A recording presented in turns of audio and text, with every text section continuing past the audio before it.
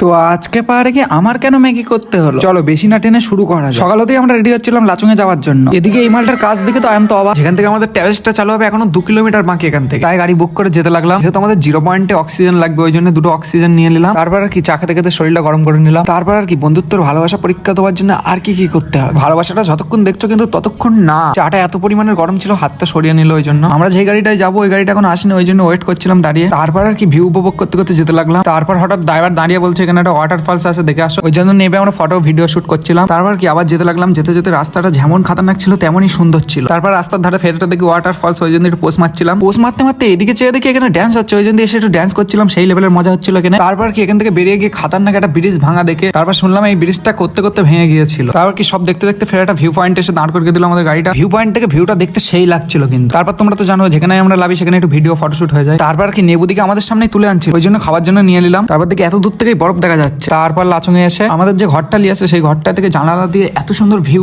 সে কি বল। আমরা রাতে যে ঘরটায় থাকবো ওই ঘরটার সামনে চলে এসেছি। তারপর ঘরের মধ্যে ঢুকে ফ্রেশ হয়ে ম্যাগি খাওয়ার জন্য বেরিয়ে গিয়েছি। তারপর কি আমার ম্যাগি আমারই করে খেতে হচ্ছে। ম্যাগিটা কিন্তু সেই ছিল।